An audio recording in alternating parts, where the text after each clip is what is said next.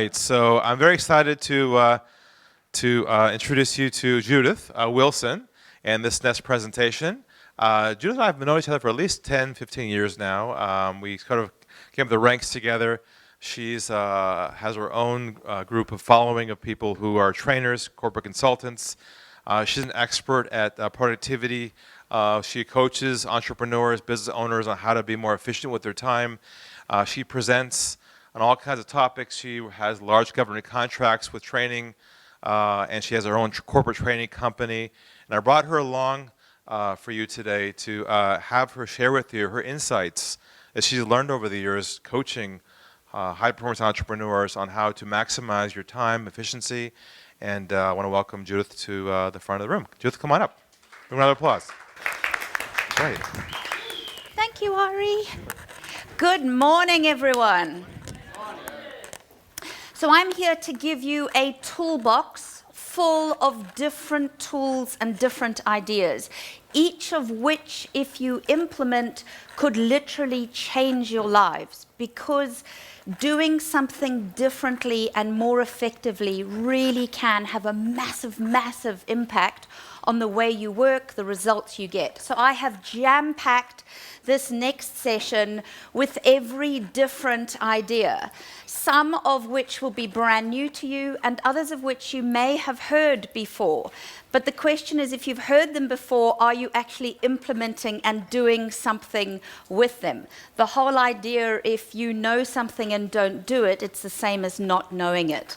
So lots of different tools and ideas. And to start with, I'd love to play a game. So if you could all please stand. Now, for this, I'd like you to play it safe and make sure that you can sit very easily back on your chair. So position yourselves so that we're not going to have too many OH&S issues for you to sit down. So nice and simply, you're simply going to put your backside back on the chair as part of the game. Okay, so for this, when we start, I'm going to time 60 seconds, so 1 minute.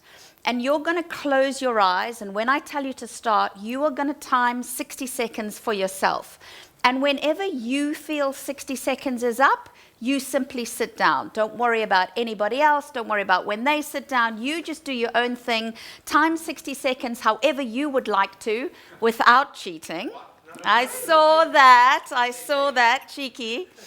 So you're going to close your eyes and you simply sit down, and we're going to do this experiment and we're going to see what comes of it. All right? So I'm going to time it with my stopwatch here. All right. So you're going to be happy to sit down? Good. All right. So 60 seconds and you're simply going to sit down. Close your eyes and I'll tell you when to start now.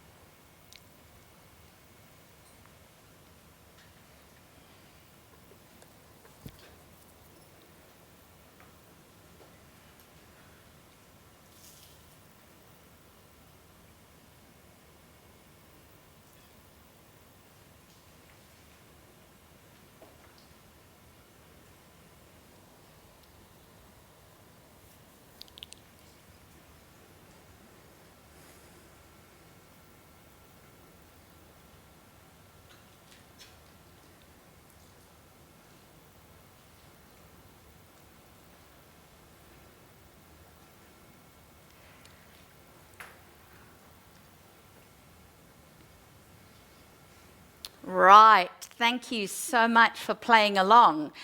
As typical, the first of you sat down at 32 seconds, and the last of you sat down at 151 seconds. And that's absolutely typical of a group this size, the range of what we think time is and the range of what we think a minute is. The record I've ever had was 23 seconds that someone sat down, and I had someone still standing at 3:14. I was worried he'd gone to sleep up there. I didn't know what was going on. But that's the range. And always, always, always, there are fewer who sit down at less than a minute. Everyone, the majority, tends to find that a minute is longer. We think there is more time in a minute. So only 2 of you sat down before a minute, and the majority of you sat down after a minute. Now, times that by 60, and that's the difference. We've got an interpretation of an hour. Times that by 8 or 9 hours in a working day, and that's the difference in concept that we have in a working day. So we're going to look at what systems we need to be using to make ourselves more effective. But before we start, I have been training for 22 years, and I have studied the power of the brain and how adults learn. So we got 2 hemispheres of the brain. What's the left hemisphere responsible for? Yeah, the logical stuff, the numbers, the maths, the thinking it through, all of that. What's the right hemisphere responsible for? Yeah, creativity, colors, pictures, imagination, emotion. And research shows us that when we turbocharge both our hemispheres and make both hemispheres think together, for a period of time after that, we have accelerated learning. So we're sharper, we take in more, we're great energetically. So brain teasers are one of the best ways of making your brain think in both ways. Are you ready? Louise and Sarah were born at the same hour, of the same day, of the same month, of the same year, to the same mother, in the same hospital. They have the same father, and yet they are not twins. Why? Correct. They are triplets. Congratulations. There's a book for you. Had you heard that before, or are you just smart? I think I'd heard it a long time ago. Right. All right. One more for everyone except you, because we've got a smarty pants in the front. So one more. You might need scribble down pad and pen for this one. John and Olivia moved into their new home and went to the DIY store to make an important purchase. How much is one? Asked John. $2, came the reply. What about 20? That'll cost $4. Okay, we'll need 201. What were John and Olivia buying, and how much did it cost them? So from the beginning again, John and Olivia moved into their new home and went to the DIY store to make an important purchase. How much is one? Asked John. $2, came the reply. What about 20? That'll cost $4. Okay, we'll need 201. What were they buying, and how much did it cost them? They were buying numbers for their... Correct. $6. Congratulations. There you go. Ari, you've got a very smart room here. They are on the ball. $6. Well done. Good stuff. Let's get going. Time is the best friend of some people and the enemy of another. Isn't that so true, that some people seem to use it so well and so effectively? You know the saying, ask a busy person if you need something done, because some people are so on top of it. And other people are constantly graveling and saying they never have enough time to do things. So let's establish some foundations first and get a good idea of what we're actually even talking about. So in your tables, I'd love you guys to discuss a definition of what time management is. What is good time management? And you guys can do the same. What is good time management? I'd like you guys to do the benefits. What are the benefits of having good time management? You guys can do the benefits of having good time management. And I want you guys to do what stops us. Why aren't we all absolutely hunky-dory amazing on it? So what stops us? Okay, 2 minutes. As a group, find out your definitions. You should have this down pat.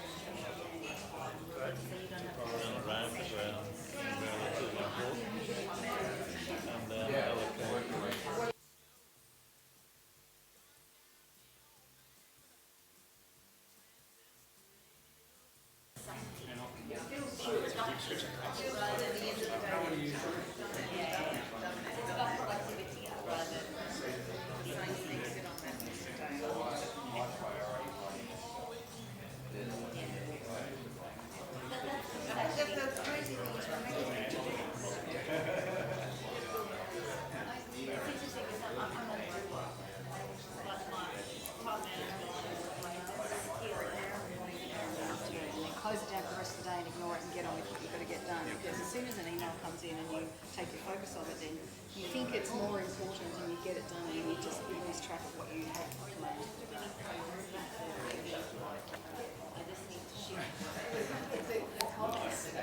All right, are you ready? So, you guys, give us your definition. What is good time management? You scribbled it down, didn't you? Start with your sentence. It's good. Oh, I just made the comment that you actually can't manage time. My comment was you can't actually manage time. All you can do is manage yourself and the way you manage time. So nice. To me, time management is about having a structured and systematic approach to doing what you do so that you focus on the important and urgent things while still leaving time to do those less important and less urgent things and managing yourself within that time. Nice. Love it. Great. Thank you. And your definition, how did it differ? What Simon said. Right. Awesome. Let's come. Oh, you've got them all. Right. Oh, do I? Okay. Tell us. I'm a little contrarian on this subject, but to me, not all hours in the day are created equal because my energy levels are not equal at all times. So to me, it's about managing priorities and energy and matching that to time rather than managing time. You're segueing into one of my key points. I like it. Good, good. Thank you. Very good. So for me, I have a simple definition, and it's three things here. It's doing something for the right reason, at the right time, and in the right way. It needs to be for the right reason, so it's linked to a specific goal or objective. It needs to be at the right time, so we're talking about prioritization, and it needs to be in the right way. So you can't have something that's for the right reason and at the right time, but doing it inefficiently in the wrong way. But likewise, you can't have something that you're doing for the wrong reason, but at the right time and in the right way. So today in this quick session, we're going to be going like a Boeing to cover what do we need to know about doing it for the right reason, at the right time, and in the right way. And I'm going to give you the key gold nuggets for each on what we need to be doing in each. So what are the benefits? You get stuff done. Get stuff done. It enables you to change. You get stuff done. It enables you to set and change your priorities. It's an enabling process, and it helps you achieve a balance, and it gives you a sense of freedom, a sense of accomplishment, and ultimately sanity. Sanity. Very nice. Love it. What did you guys have? Okay, we had better productivity and efficiency. We freeze time up or space for creativity time as well as family. Nice. Decrease stress levels. Yep. We feel more in control. Yep. As just said now, getting more done with less resources as well. Yep. Spend more quality time with clients. So quality time as opposed to just more time. Right. And we have more structured planning. What a pleasure. All beautiful things. Yes. So I'm sure you had lots of them. We achieve better results. We feel more in control. You had that one. Improved performance. We work faster. Lower stress. We all want that. Make less errors. Reduce firefighting. That constant feeling of needing to just put out fires. Improves our motivation and home life balance. What a pleasure. Cool. So you guys, what stops us?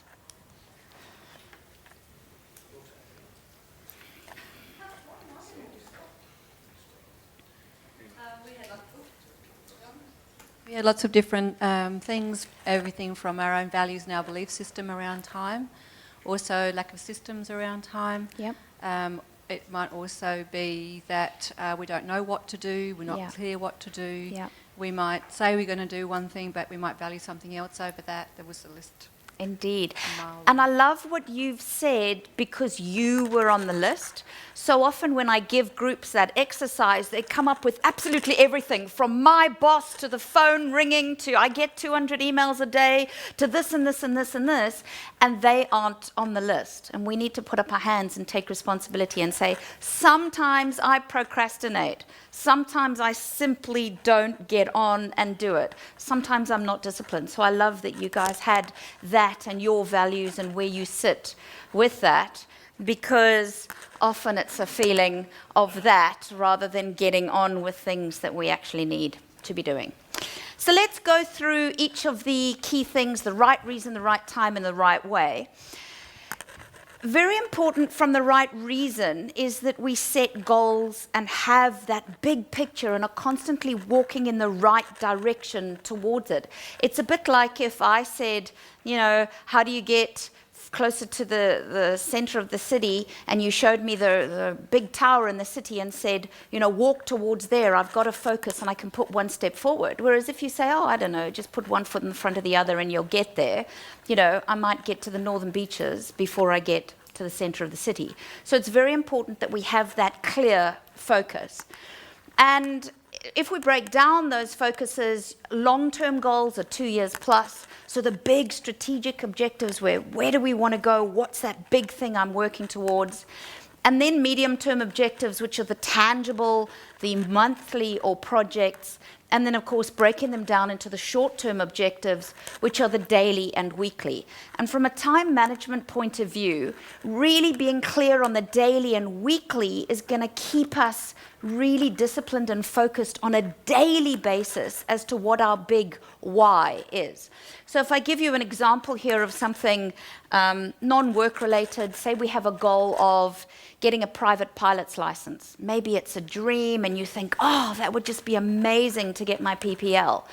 You look at that and you think, whoa, that's a huge long-term goal. That's going to take 2 years at least, and we're looking at probably 35 grand to do. Wow, okay, that's massive. And lots of us may stop there and go, oh, that's too big, too expensive, too much of a time commitment.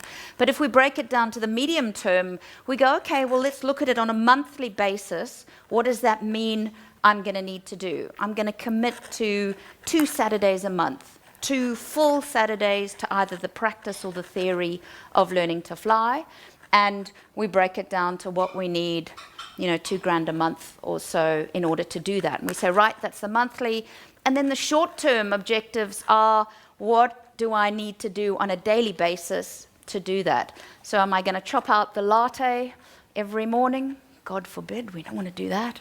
But whatever it is, maybe we're not going to go out as often out to eat. Maybe we're going to bring lunch in, whatever it might be, from a daily and weekly objective.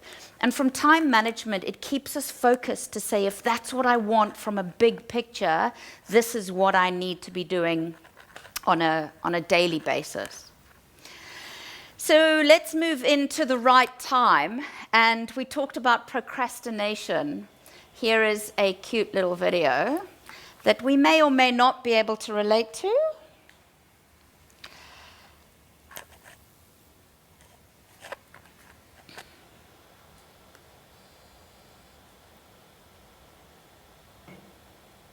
Come on. It was playing beautifully when you and I tested it. So come and work your magic.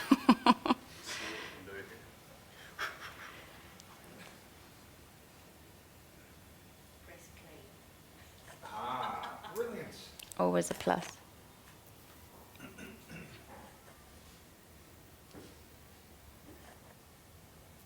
Just talk amongst yourself. I just wanted to speak in front of everyone. Oh. Wait, happening. This morning Thank I you. got up and got ready quickly because I had to get a lot of stuff done.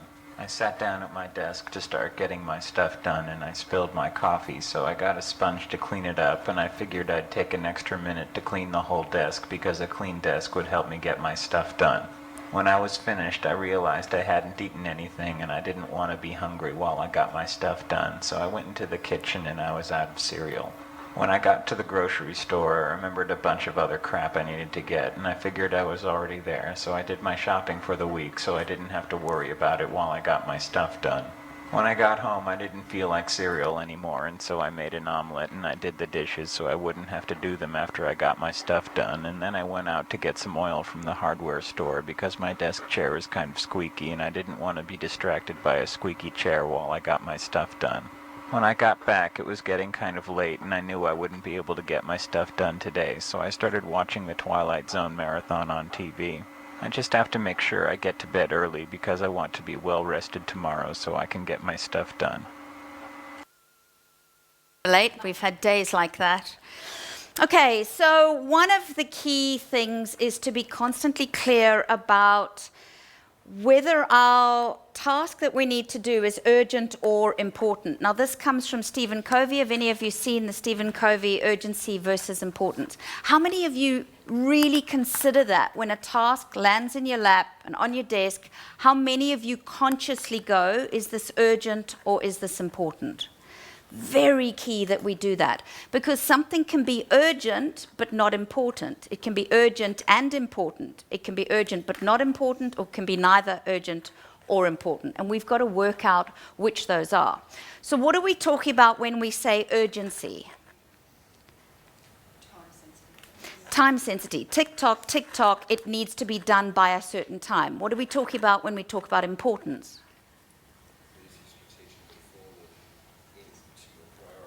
Correct. And therefore, it's likely that you need to do it.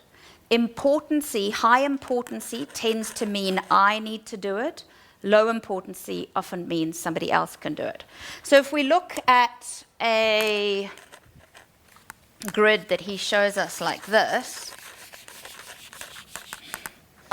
if we have urgency and importance like this, and we have importance here, and that's low importance versus high, and urgency, high versus low, then something that's high importance and high urgency is an A-type task. What are we going to do with an A-type task? Do it now. Those are the drop everything, firefighting type things that are high importance, high urgency. I'm going to do it now. What about a B-type task, which is high importance, low urgency? Goals, nice. And so I call it plan for it, but goals is just a great another word for it. So plan for it. When it's a B-type thing, you know it's coming up, you know it needs to be worked on, so you plan for it and have a time to do it. What about high urgency, low importance stuff? C-type stuff. Delegate. Now, for some of you, are there some people in this room who can't delegate some things to anyone? Cool. Hold that thought, because I'm going to give you the second part of what you do if you can't delegate. There's something very cool that you do here. What about D-type work? Does it exist? Low importance, low urgency. And what are we going to do? All the time because it's nice. Well, sometimes it's nice. Sometimes it's those, Nigerian emails that tell you if you don't send this on to 400 people by 2 o'clock, you'll be dead by 4. Those sort of things sometimes fall into that category, in which case you won't do it. Okay?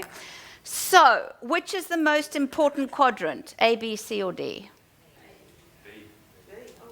Okay, hands up who says A. You've all suddenly changed your mind. A. Hands up who says B. Hands up who says C. Any takers for D? It is, as Stephen Covey would say, definitely B. He believes we should pretty much live in B. Everything has a time and a place, and we know it's coming up. So he suggests our B should look like this.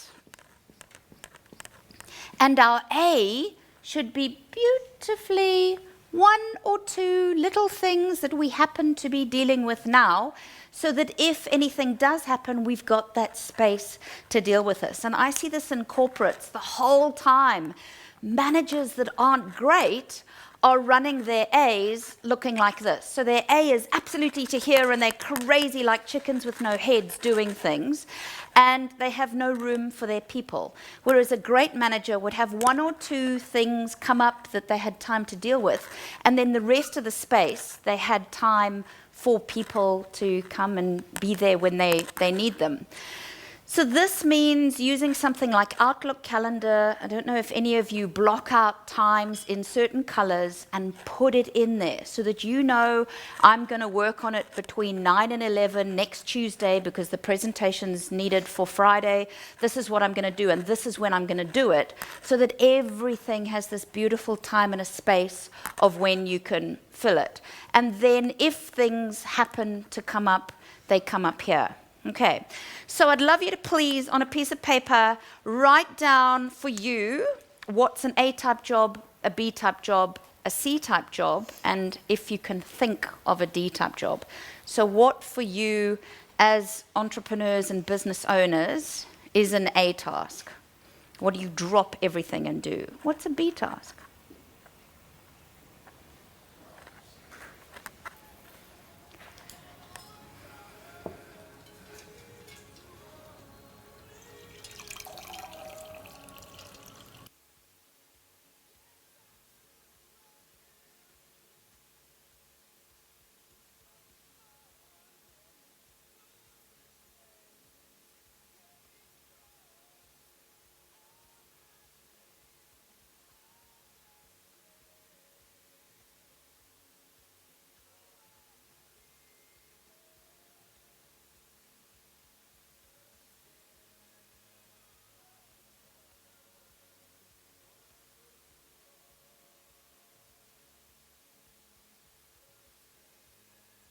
Beautiful. Who can give us an A-type task? What's something in your business that's an A?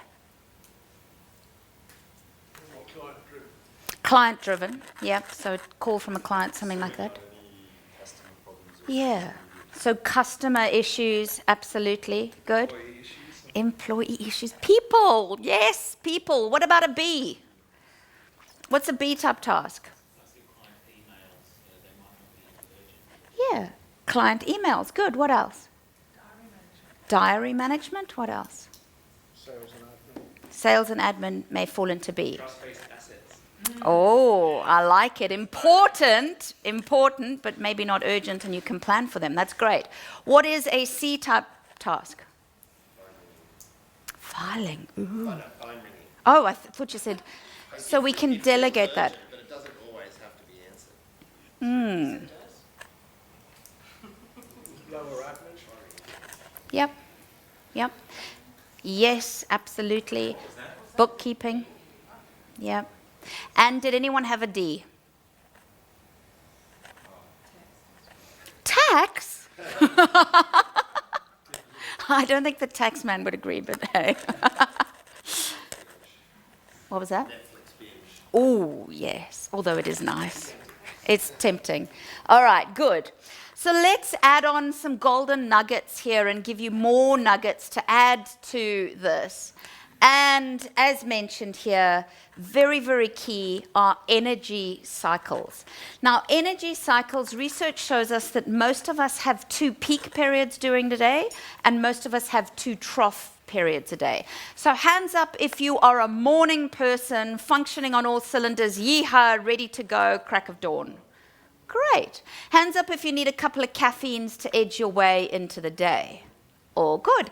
Now, there's nothing right or wrong about it. It's not great to be one and bad to be the other. We are what we are, and we have the energy cycles that we do. But it's really important that we learn our energy cycles and work with them rather than working against them. Too often, we come in, and what do we do first thing in the morning? When we get to our desk, what do? Check emails. Now, if you are peaking first thing in the morning, it's the worst thing to sit down and triage your emails for a couple of hours. You get sucked into email. Most people have 2 periods where they're peaking really good. You know those times where you get into the zone and get stuff done and you're like, whoa, I'm on fire. And then other times you're doing something and you feel like it's an uphill battle and you're like, this is taking me forever and I'm just cloggy and it's heavy and it's not working. Probably because you're in a trough period. So say you're a morning person, maybe you get heaps done from 8 to 10:30, 11, and then maybe 11 you start going, oh, what time's lunch? I'm sort of getting hungry and then maybe after lunch you kind of had too many carbs at lunch and you're a bit stodgy. And then maybe after that, from 3, you go, come on, I've got to get some stuff done before the end of the day. And from 3 to 5, you're functioning on all cylinders. Other people may have that early morning where they're a bit slow and they only really come onto the boil at, say, 10-ish, and then they might be great from 10 to 12, 12:30, and then they may have a lull again after lunch. Know your peaks and troughs and work with them rather than against them. So as soon as you know you're good between such and such, set everything up so that you're stopping interruptions, you're making sure that you're getting in the zone and you're getting heaps done, rather than, I'm going to grasshopper from one thing to the other and I'll check a few emails and then I'll do something else. That is the worst that we could possibly do from a time management point of view. Research shows us that we need 50 minutes followed by a 10-minute non-verbal break. Non-verbal. That means stand up, go and get a glass of water, go make a coffee, walk a flight of stairs, do whatever non-verbally to give your brain that break. And then 50 minutes. Some of the people I work with literally set timers and they go, that's it, turn off pop-ups, turn off everything that's happening, phone is off, and I go like crazy for 50 minutes. And you will get heaps and heaps and heaps more done. And then you have that non-verbal break. Please tell me you have turned off pop-ups entirely. All of you? Pop-ups are not to happen. Pop-ups, the research is showing us crazy, crazy, crazy things. Can I tell you something that's going to freak you out big time? They have done tests on brain activity, and now they can see so much about how our brain works, that when you are in the zone, into something, say you're writing a report or you're something and you're deeply entrenched at your maximum productivity in something, and anything takes your attention away, be it even a pop-up that you don't even open. I'm not saying click, read. It's just when you glance at it and go, that can be done later, it doesn't matter, that's not important. You have already lost it. And guess how long they say it takes you to get that same level of in the zoneness again? 22. 22 minutes to get to that point, which means, guess what? We don't tend to ever get to that point again, because who doesn't have another pop-up within the next 22 minutes? Are you crazy? So turn them off. You need to be in control of when you check email. It shouldn't control you. Another thing with Outlook, how many of you is email the default when you open Outlook? If you're on Outlook, how many of you have email as your default? Yes, because it comes that way. That's default for Windows. None of us change it, so email is controlling you the entire time, whereas you can go into settings and change it to your calendar or change it to a split-screen calendar and to-do list, so that now when I look at it, it's my calendar. What have I got on today? What is top of mind? What are my reasons I'm doing things at the right time in the right way? And when you choose to go into email, you do it. Now, the books all tell us just check email 3 times a day. I don't know how realistic that is. It would be great to be in a world where we could just check emails and triage emails 3 times a day. If you're way more addicted than that and you need to go into it way more often, good idea to use it in that 10 minutes after your 50-minute. If you have to do something in your non-verbal break, check email and triage, is there anything that is that important? But chances are we can be, indispensable in some ways. you may not be necessary that much. So it's a good idea to start saying, I am choosing when to go into email rather than having it control you. So that goes for pop-ups on your phones as well, notification that emails come in. You should check emails and go into it rather than it constantly demanding your attention. Okay? So your energy cycles are the 2 periods a day where you get most done. Turn to your partner beside you and tell them, verbalize when you reckon your 2 peaks are in the day. When are you at your best?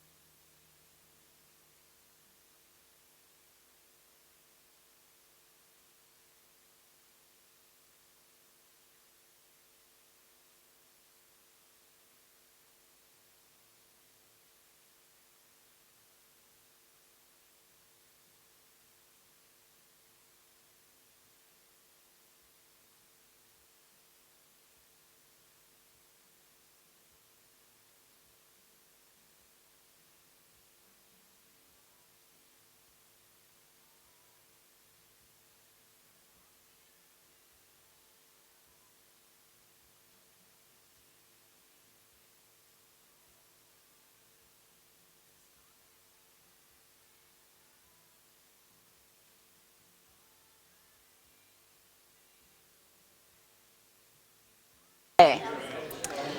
So, here, of course, is the answer to if we can't delegate, when do we want to be doing our C stuff?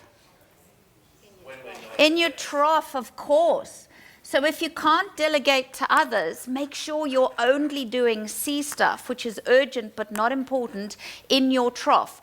Please, please, please don't start by going into email simply as a matter of default that I do emails first thing in the day. If you're a person who peaks in that early morning, you want to be doing the A and the B stuff that's really, really important. You want to be nailing those reports, writing your book, doing the things that are of such importance. And then when you go into your trough, you start going, okay, let's look at emails, let's see who needs returning calls. All of that sort of stuff needs to be done in your C's. So 2 questions. Number 1, when should we do to-do lists? Morning, first thing in the morning, or last thing late at night?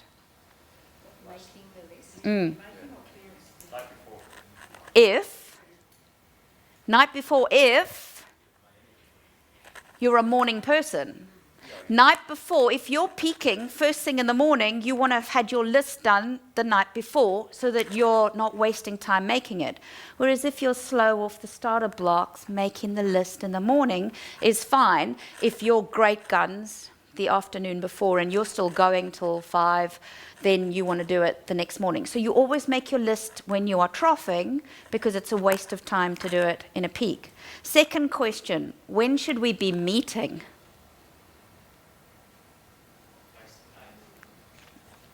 Either. What times of the day should we be meeting? And yes, it is a tough one, and there's a reason it's tough. So what's the answer?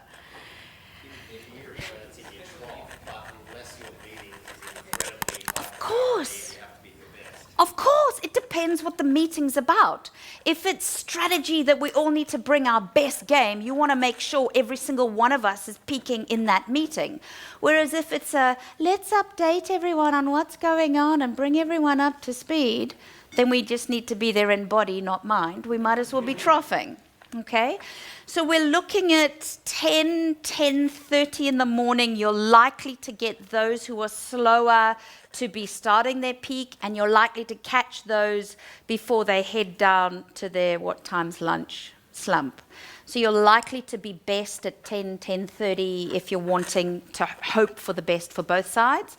And then again, 3-ish is good to catch people before they fall off the cliff in the afternoon and they've come up off their afternoon slump. So you're likely to get people good there. But literally, if you're going through the motions, just bringing people up to speed or it's an update, make sure you're not eating into precious peak time by doing a meeting like that. And have conversations with the people you work with and say, what's good for you? When are you in a slump? Okay, we're all pretty much. What time do we trough from on a Friday? 12. Thursday, 5 p.m. Yes. Absolutely. So know that.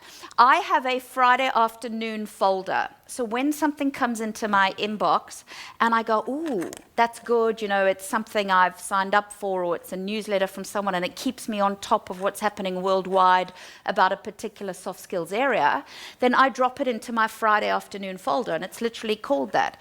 Because I know if I've got an admin day at home, there's a certain time on a Friday afternoon where I'm over it. And I just go, and then I go, okay, I'm going to sit here and enjoy reading what's happening, but I'm pretty much troughing and reading what's come in during the week. So that's a good idea. Pour yourself a glass of wine, do what you need to do on a Friday afternoon. Okay? I had one of the most office-changing things happen with peaks and troughs. I went into an organization and this lady manager had brought me in and she said, come, I need you to do training. I need you to sort us out. My team is ghastly. I hate them all. I want to fire them all. None of them are any good. They don't think for themselves. They're so needy. They're just awful. And I went, oh, okay, cool. And then I went to the team and I said, so what's going on? And they said, oh, we hate her. We're all looking for other jobs. We don't like working. She is just awful. And I was like, okay, so small challenge here to get them on side. So I chatted more to the manager and I realized that she was a big morning peaker. She did her own stuff all morning. She liked to do the managerial stuff. And then she had quite a big trough after lunch and she slumped and didn't do much. So I went to the team and I said, right, guys, for the next 30 days, this is what I want you to do. When you have something that you need to ask her, don't dash in there all the time unless it's hyper urgent. Simply make a list and write down all of the different things that you need to confirm with her or clarify or whatever. Keep a list and then after lunch go into her and at once go through the list of and ask her all of these different questions and just see how that goes. And I left them to it, left for 30 days, came back, said to the manager, how's it going? She said, I don't know what you've done, but they are fantastic. They're organized. They're thinking for themselves. They come to me with a list. It's fantastic. They don't bother me at all. I was like, great. I went to the team and said, so how is she? They said, I don't know what you've done. She's fantastic. She's approachable. She answers all our questions. She has all the time for us. Sometimes even after lunch, if we don't have questions, she takes us all downstairs for a coffee and we have a social chat. They were best buddies. And it was the simple idea of peaks and troughs, working with peaks and troughs. So for those of you that work with small teams, speak to each other about what peaks and troughs you have. Know when the other person has great times. Know that if we're wanting to have a chit chat and just bring up to speed, is it good to do that around lunchtime because we're both troughing? Are they really a morning person and I should just go, you know what, let's let them get on with doing what they need to do best. So have the conversations. It can change everything. Next gold nugget. Parkinson's law. I can't stress how important this is. Who can tell me what Parkinson's law is? Correct. Your tasks expand to fill the time that you have to do them. There is nothing more key than this. This is crucial. You know those occasions where you have to wrap up work on a Friday and get back home and finish packing and take the cat round to your mum's and make a flight by 6:30. Somehow you do it. The cat never gets locked in. The packing never gets left and you don't often miss the flight. So it's important to know that when we have to do those things within an amount of time, we get it done. The thing is, we don't create Parkinson's law for ourselves. We should make the time limits. How often do we, as entrepreneurs and business owners, at the beginning of the week go, this week I really need to work on my assets, or I need to do a piece to email out, or I should write that blog this week.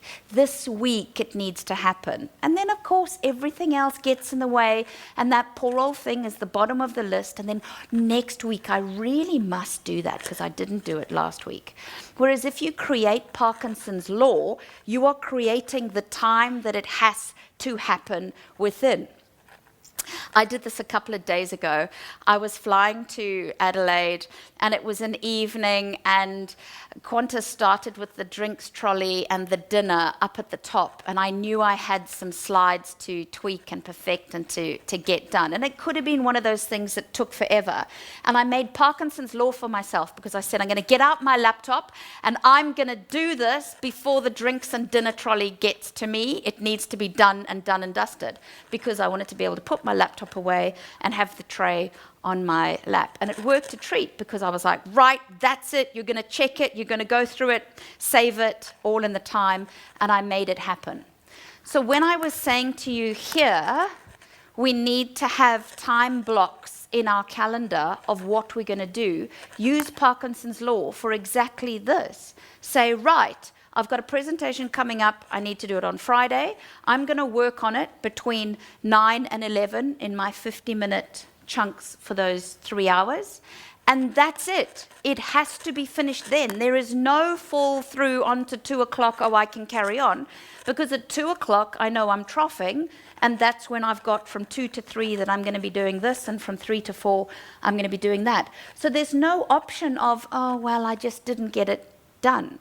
Because you know, if you force yourself that it has to be done within that time frame, you will.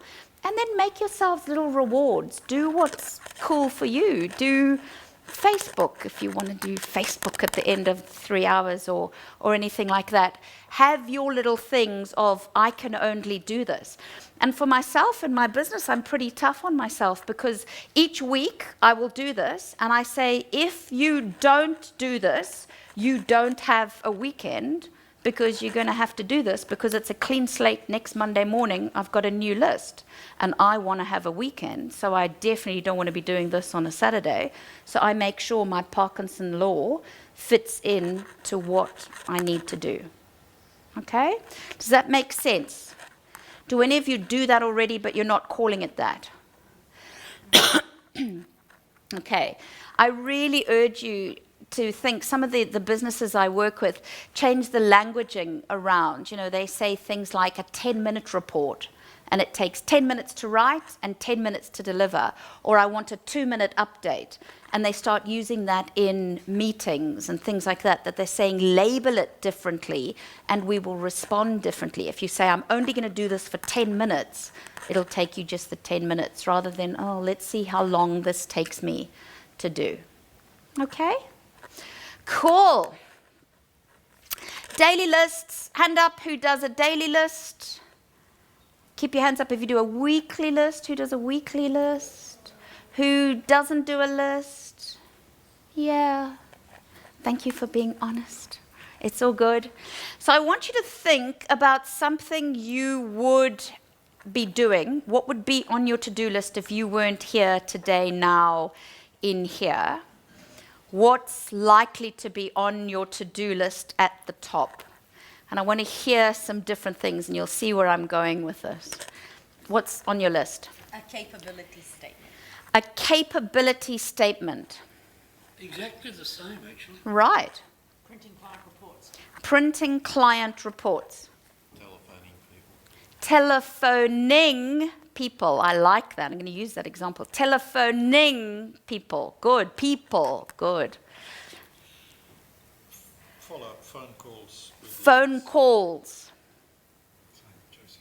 Chasing leads. Chasing leads. See where we're going with this.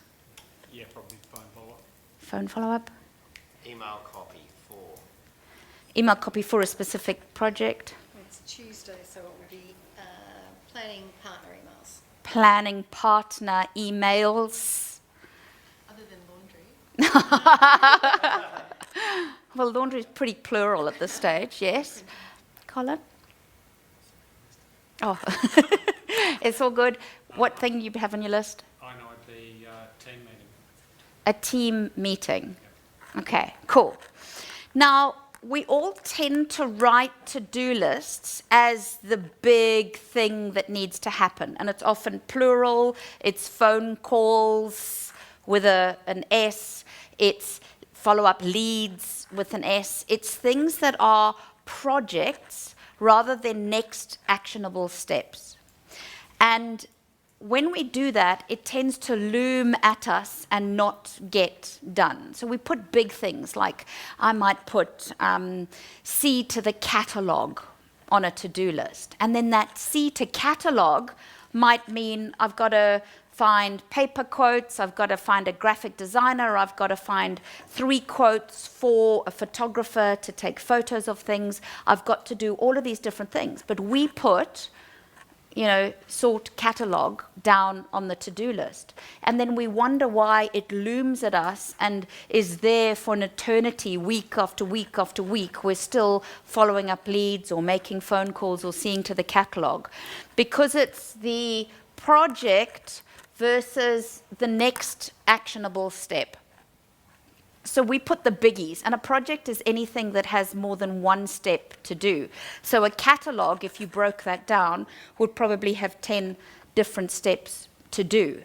And as we go to put pen to paper, we should think, is this the next actionable step that I'm writing down, or is this the biggie? And this can completely transform the way we write lists, and you'll see why. So, in your tables, make one of you the scribe to scribble down, and all of you contribute, and then make one person who hasn't spoken to be your spokesperson.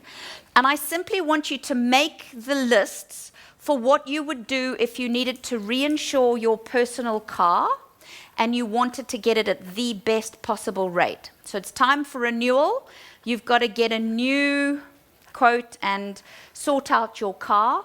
Write the steps that it would take to reinsure your car. And let's see what we get.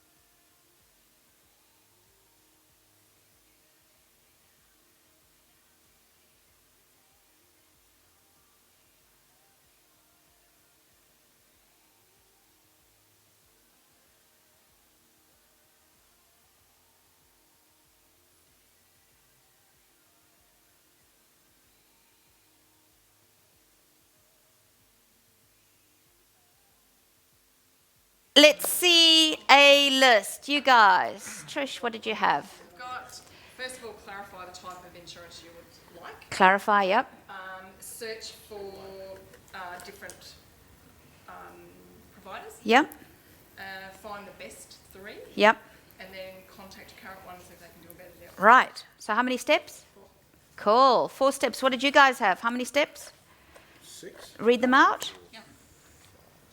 Thank you. So we're going to actually get our details first of all. To know what we paid last year, yep. Yep. And that's what the car is, all the details you actually need to be able to provide to a company. Yep. We'd find out our current policy for the dollars. Yep. We'd go online or search out for where we'd actually find the quotes from. Yep. And then we get the quotes back. We'd do a comparison. Yep. And then we decide. Right. So we had 6 steps. Yes. Awesome. So, how many of us on the to-do list would tend to write reinsure car? Now, that reinsure car will loom at us forever, because how long is it going to take us to do those 6 steps? More than 5 minutes, I think so. I think once we actually start stuffing around to do each of those key things, we're looking at something that could take a couple of hours, and particularly if we need somebody to come back to us, if we've emailed to say, can you do better, or if we're on hold for 20 minutes listening to elevator music, this is going to take a long time. So what then can you see the benefits being doing it this way rather than writing reinsure car?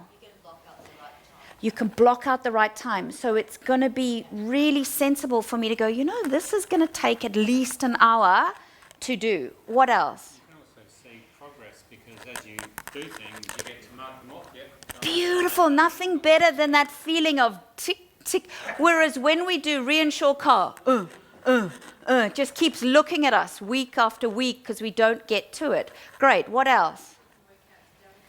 Perfect. What bits do I not need to do? Seat-up task, or the whole thing, seat-up task. Yay. What else? You can probably plan it and break it down and do it Correct. in a couple of days if you needed to. And you know where you're up to. So if I've done my 50 minutes of solid other work and, I just have to quickly do something there, or, let me just shoot an email to see if they can better that deal, or let me just, I know exactly where I'm up to. Otherwise, when it says reinsure car, you go, engage brain, where did I get up to? What had I done? Oh, I'm sure I did. That was last week I did something. Whereas if you've done it this way, it makes you heaps more in control. You know exactly where you are. You know you're progressing, and it feels so much better. So instead of the to-do list that makes us feel bad because we're not moving forward on it, and you just get that heavy feeling, and what's the point of doing it because I'm not moving forward on anything. Every time you now put your pen to the paper, or if you're going to do it online or on your phone or however you're doing it, go, is this the next actionable step, or am I putting a biggie on the list? We don't want to put a project on the list. Okay. So, smart ways of working. We are into the work best, for the right way. We're thinking about efficiency and how to do it now. Cut the clutter. It saps energy and is not cool for doing things, so make sure you have cut the clutter. Allow for the unexpected. It's a bit like those doctor's appointments. If you speak to the receptionist, they never run back to back for the entire day. It's simply not possible. You need to have buffers in there for the unexpected. If we've got clients, the unexpected is likely to happen. When they do phone, we are going to have to respond in some way. So don't try and do too much, or you're simply going to not feel good. Review your list through the day. It always amazes me how some people make a whacking great, gorgeous list and then never look at it. And I'm like, every now and again, you need to go back to it and see how you're going and have the priorities changed. Build in thinking time. There's one of the most fantastic examples of the different cultures between the East and the West. In the West, we tend, if somebody's very busy working, we tend to go, ooh, I don't want to disturb them. They're so busy working, I won't speak to them. But if somebody's standing, gazing out a window, daydreaming, we go, oh, you're doing nothing, I can chat to you, that's great. Now, in the East, that's completely different. If somebody is doing something as important as standing there thinking, you would never dream of interrupting them, because they rate that so very highly that that's a key thing that you are thinking, we would never disrupt you. Whereas if you're only working frantically, I can easily say, oh, hey, you're doing nothing, you're just working. And it's a completely different concept. And their productivity is so much higher because they really value that thinking time and getting it right in the first place and planning their day and going, this is how I'm going to go into it, with a beautiful feeling of control. And be conscious of time.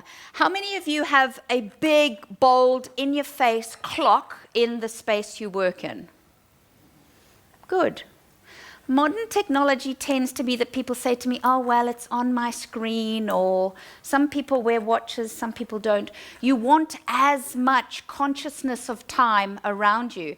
And when I'm doing this training in corporates, I get them in meeting rooms to have a big clock on the back wall where the chairperson is able to see it, and I have a big clock on the other side where the delegates are able to see it. And it's tick-tock, tick-tock.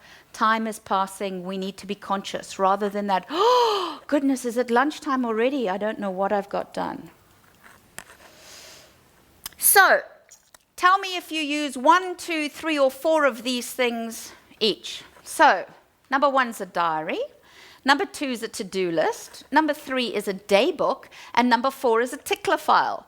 And if you don't know what any of them are, chances are you don't use them. So, hands up who uses 1. Hands up who uses 2. Hands up who uses 3. Hands up who uses all 4. Hands up who doesn't know what a tickler file is. Yay! Okay. So a diary is day and time specific things only, and you have only one diary for work and personal life. You don't have 2 separate diaries, because if you need to be at the dentist at 4 o'clock on a Monday, it's got to be in one diary only. Okay? You can have it paper, you can have it electronic, whatever's better for you. To-do list, we've talked about that. We want to have the next actionable steps electronically or paper. A day book. How many of you use a day book? Great. Is that your day book there? Yep. It's on the run. It's on the run, I love it. A day book, literally, I use a cheap and cheerful Coles yellow exercise book, and it comes with me everywhere. We don't want post-it notes with telephone numbers and call such and such that don't remain sticky for long and flitter to the floor and get stood on. We want a day book of everything together, so that when we go to meetings, you write who you met with and what was discussed, and most importantly, what actions am I taking as a result. And then I label the front of it. It takes me about 2 months to fill the fairly thick one. And then I label it January, February 2019, and I file it. And then later down the line, when I go, oh, who was that person? It was around Easter, and I met with him, but he had that other person. I think that other person's now taken over from them. I need to contact them. It's all in my day book. So it feels beautifully together. I know it's all there. I can mark my actions. I can tick my actions off as I move through them. Please. I've actually found using a day book for every client highly Oh, valuable. right. This is my ARI book. That's your It's ARI got book. nothing in it except what happens around here. I like it. I like it. That's a practical. Thank you for sharing. Cool. And so a tickler file. A tickler file is not a new concept. The legal secretaries in the 60s used to use them. And in the old days, where they had lots of drawers and space wasn't a problem, it was manila folders, those concertina manila folders, and they would have 1 to 31 at the front, and then January to December, 12 folders at the back. And you used to open your drawer, and 1 to 31 was the days of this month for forward filing. So as soon as you got your flight that you needed to take on the 13th of the month, you'd open your drawer and you would forward file to the 13th of the month. So literally every morning your first task had to be going in and taking everything from the 13th and using it. And so for forward filing for the January to December ones at the back, for that reinsuring the car, this time when we've done it and they sent us something, we go, oh, I only need to think about that in November next year. You pop it into November. And then on the 1st of November, you pick up everything and you put it into the actual day that it needs actioning in the 1 to 31. Now, of course, nowadays you can do this online. You can do this forward filing using Outlook. So if you get an agenda for a meeting next Tuesday, you can drag and drop onto your Outlook calendar so that it pops onto next Thursday. There's my agenda. So you're only ever doing anything once. You're opening it, you're seeing it, and you're going, great. Otherwise, next Thursday, when you're running late and scrambling around, you're still trying to open the email because I'm sure they sent me a message with the agenda for the meeting. Whereas if it's there and you go, great, I know it's coming up, I know it's next Thursday, drag and drop onto next Thursday. And of course, your calendar now is the first thing you see because you've changed the default and it's no longer email. And now immediately it opens up into today and you can see, great, there's my flights, there's my accommodation, there's the meeting agenda, all beautifully for me, ready. If any task takes less than 2 minutes to do it now. If any task takes less than 2 minutes to do it now. You don't put it on a to-do list to do at some other stage. So think about tickler files. Maybe you want a physical one. Maybe it's overkill to have every day of the week. Maybe you just want a week 1, week 2, week 3, week 4 of the week. Maybe you want to use the concertina one. Officeworks also have the portable ones. So they're a little suitcase with a little top, and it opens up and it's got all of the days like this. So forward filing means you're going to be always on top of it.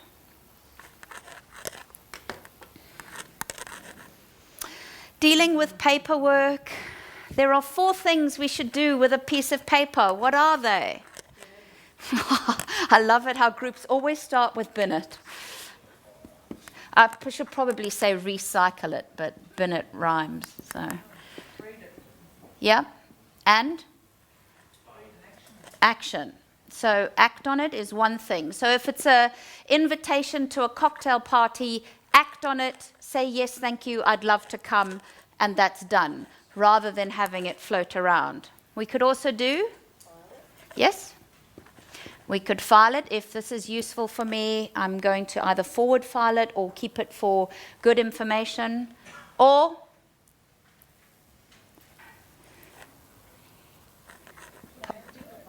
pass it on. So either it's not for me and it would be best by someone else, or I'm going to delegate it to someone else, or it's a C task, whatever it might be. You're going to act on it, pass it on, file it, or bin it to try and get more paperless. I don't think it's possible quite yet to do paperless. I think we're going to try and do paperless. About 12 years ago, I flew back to London to do training for a client that I've got there, and they had brought out a rule that no paper was allowed, full stop. They weren't even allowed that or a day book and pen on their desks. So it'd be fascinating to go back now and see what's happened. Did it work? Has it come full cycle? And are they crazy with paper or whatever it might be? So we want to think about the measles test.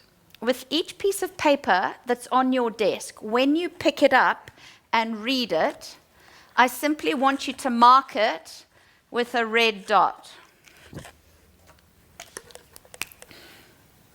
Great, and put it back as you would normally and go on with your life merrily. And the next time you pick up that piece of paper and you look at it, that's what this was, I remember now. You have to mark it. And keep doing what you normally would, but every time you look at it and see eventually you're going to go, oh my goodness, 1, 2, 3, 4, 5, 6, 7 times I've picked this piece of paper up, looked at it, and done absolutely nothing with it. And chances are the disease has spread, because chances are the other pieces of paper, it was contagious, and they got this nasty thing as well. And eventually it's an epidemic throughout each piece of paper that you have on your desk. And that'll bring to light just how often you've done nothing. So we want to touch each piece of paper only once and do something with it. Make sense? Good. All right. Last few ones are to do with a beautiful saying I have, which is, be ruthless with time and gracious with people. Isn't that what we want to do? We want to be ruthless with the time that we have, but we want to be gracious with how we deal with people. We can't be those barking, angry, stern, horrid people that everyone go, ooh, what a horrible thing. But equally, we can't be the absolutely lovely pushover that just lets time go flying away. So it's this gorgeous balance of, how do I do that? How am I absolutely focused and ruthless on my time? But how do I make sure I'm doing it and they still feel the love? So, handling interruptions. I've got a few very practical things for how you handle interruptions, be it the phone, be it people that you work with in your team coming up to you, be it clients, whatever it might be. So learn to say no. If you don't assert yourself, people will take you for granted, and they're going to think of you as that doormat of, oh, they'll always say yes. And you don't really want a reputation for that. Now, the books on this state, stand up to interruptions. If I'm seated and someone comes into your space and you go, hi, how are you? Then I look like I can chat. I look like I can have a conversation. Whereas if somebody comes into your space and you say, hi, is there something I can help with? Do you need me for something? What is it I can do for you? Not only is my body language taking it straight to, let's get on with this, we're getting straight to the action, but my words are also taking me straight to what you have come to see me about. Otherwise, we're going to be talking about Amazing Race Australia before long. So if I leave it that they can talk about whatever, they might go, how are you going? What did you get up to in the weekend? Oh, yeah. And there's a time and place for that. As long as we're both troughing, it's fine. But if we're not, and if I'm certainly doing something, we want to take it straight. So instead of staying seated when it's a physical face-to-face thing, stand up, because it takes it way more to urgency. Don't put a chair near your desk, because if you do, people will use it. Family members will come in and sit down and chat and have a bit of a yarn, whereas if there is no chair there, they can't. And if you've got a small enough desk, they can't sit on that either. So it's always a plus. And you'll laugh, but some of the time management books actually say, strategically place a plant between you and anyone who can make eye contact with you, because eye contact invites small talk. So if they can't make eye contact, they can't say hello. So you could do an in the jungle theme, if you like, so that nobody can see you. That might work.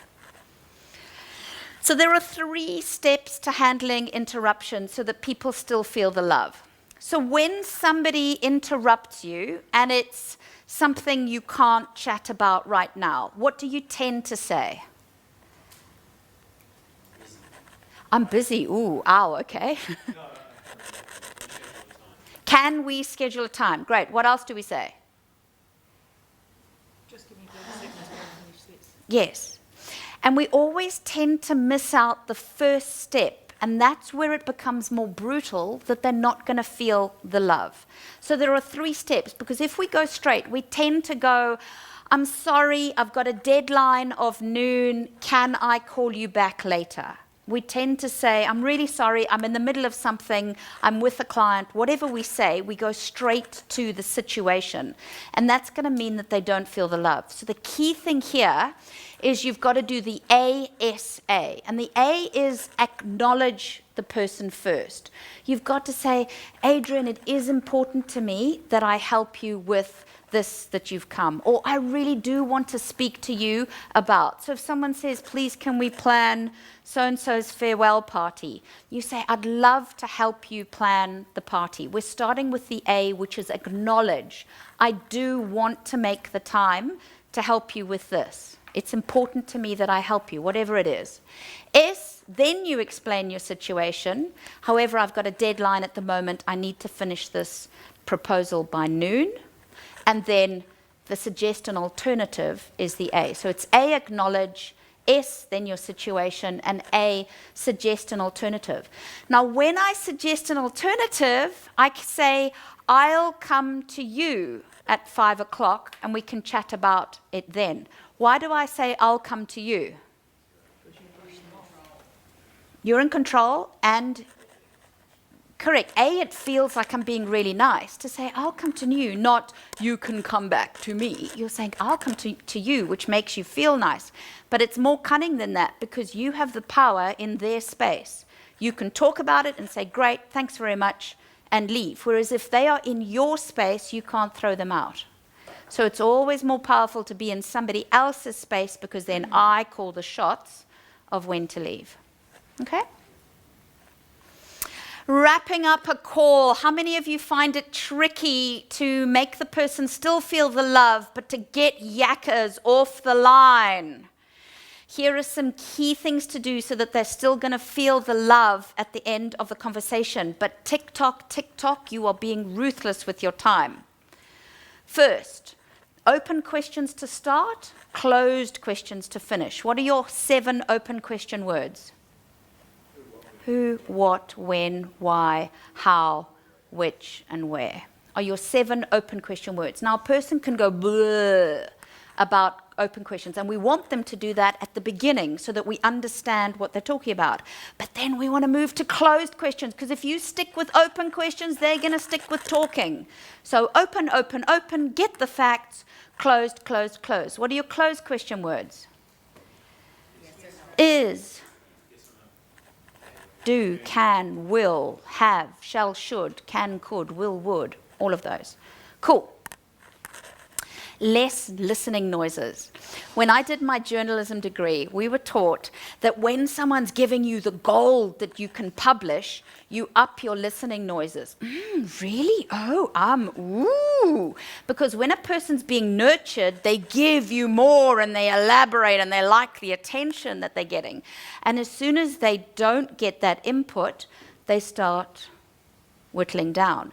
So be careful when you've got a yakker not to go, right, okay, because you're actually nurturing the conversation. So start drying up. And they won't be speaking as much if you're not giving the listening noises.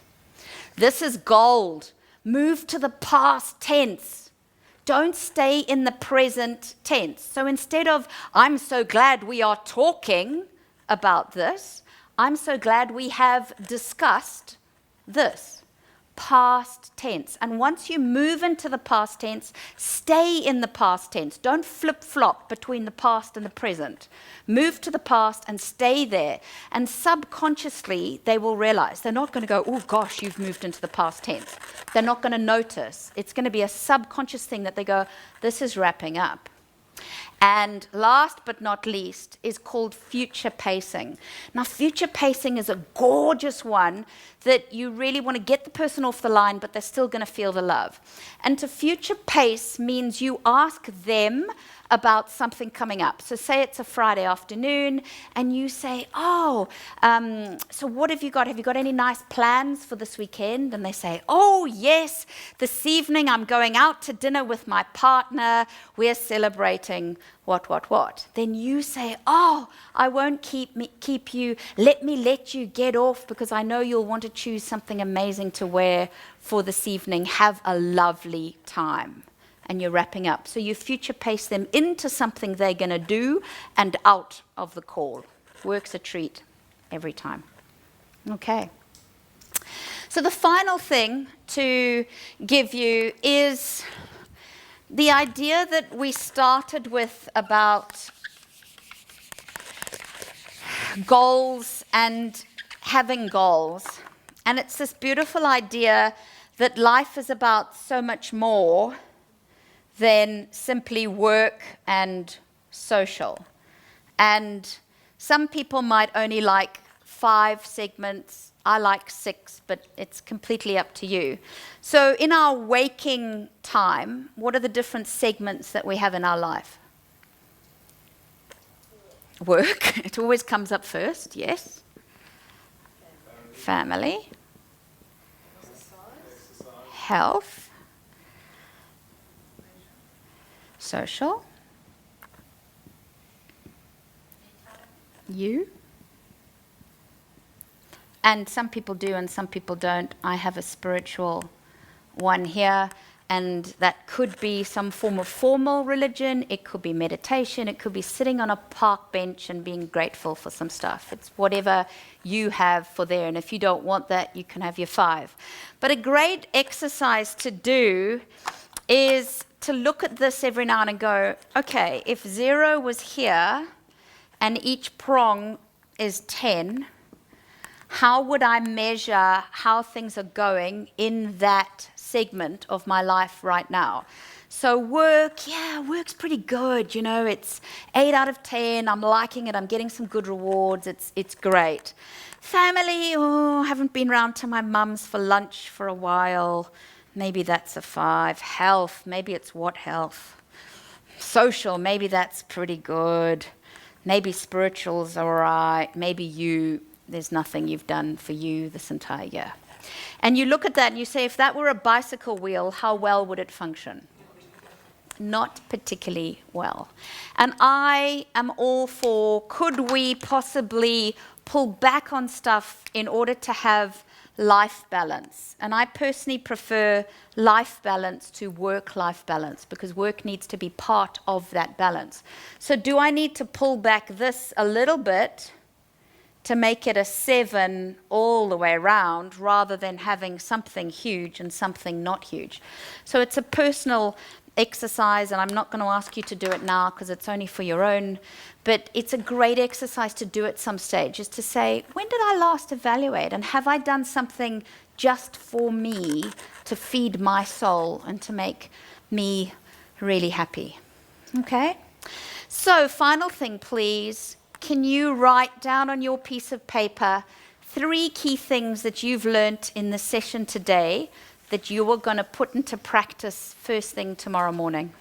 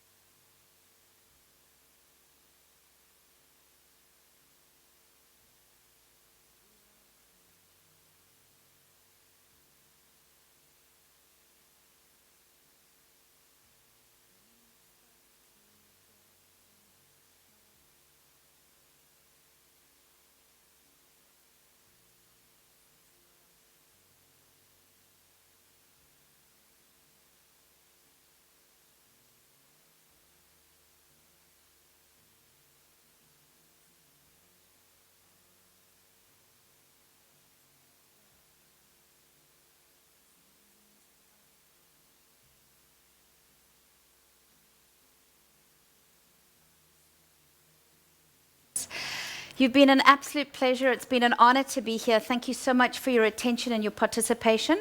For any of you in the room tempted with adding training to your string of what you do, when you're an author and heading in the business direction that you guys are all on, training is an awesome added string to your bow, and it pays particularly well in corporates. You can make an amazing living. So I'm here through lunch. Please do give me your business card if you would like me to send you both a copy of my book. I've got 3 books. And I wanted to quickly mention a fun thing, because some of you are battling with the time it takes or battling to get it done. And I got an interesting story that I had a mindset that it took more than a year to write a book. And so for my first book, it took more than a year, because that's what I thought. I thought you needed to rent a log cabin somewhere and grow hairy armpits and write a book, was my idea of what it did. And so, well, I didn't do the armpits thing, but it did take more than a year. And for my second book, I was invited to be in a series, and through a series of commitments, and I was overseas, and a long story short, I had 4 days to write my second book. And I did it. Yes, I was fed intravenously for 4 days and just worked like a mad thing to get it done. But my mindset changed from what I thought it took to being able to do the second book in 4 days. That was written, it still needed to be edited and proofread and stuff like that, but it was doable in 4 days. So that gives you hope. And then this is the third book. But for those of you who would like it, I'll send you both insider information. This is behind the secrets of a corporate training business. And I'll send you my second book, which is Become a Millionaire Working Just 2 days a Week. So pretty exciting stuff, because that's what you're able to do in the training world. So give me your card if you'd like both this and a tangible copy of the book. Thank you so much, and thank you, Ari.